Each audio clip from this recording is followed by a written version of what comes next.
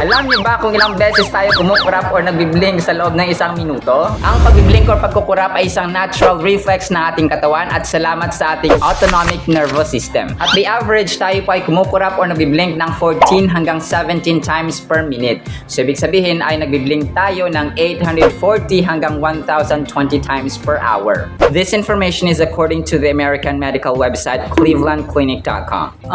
Pero mahalaga ba yung pagbiblink sa ating katawan? Ano ba nagagawa nun, kasombrero? Napakahusay na tanong, Toto. Ang blinking ay isang pamamaraan upang proteksyonan ang ating mga mata sa sobrang sikat na liwanag ng araw o ng ilaw, mga kasombrero, at proteksyonan nito sa mga dumi, sa mga alikabok, sa usok at iba pa. Pagkain ng ating kaluluwa, Matthew chapter 12 verses 36 hanggang 37. Tandaan ninyo, si Lord Jesus Christ ang nagsasalita.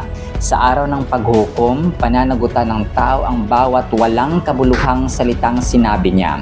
Pawawalang sala ka o paparusahan batay sa iyong mga salita. Kung kaya, dapat maingat tayo sa ating mga salitang binibitawan or sinasabi.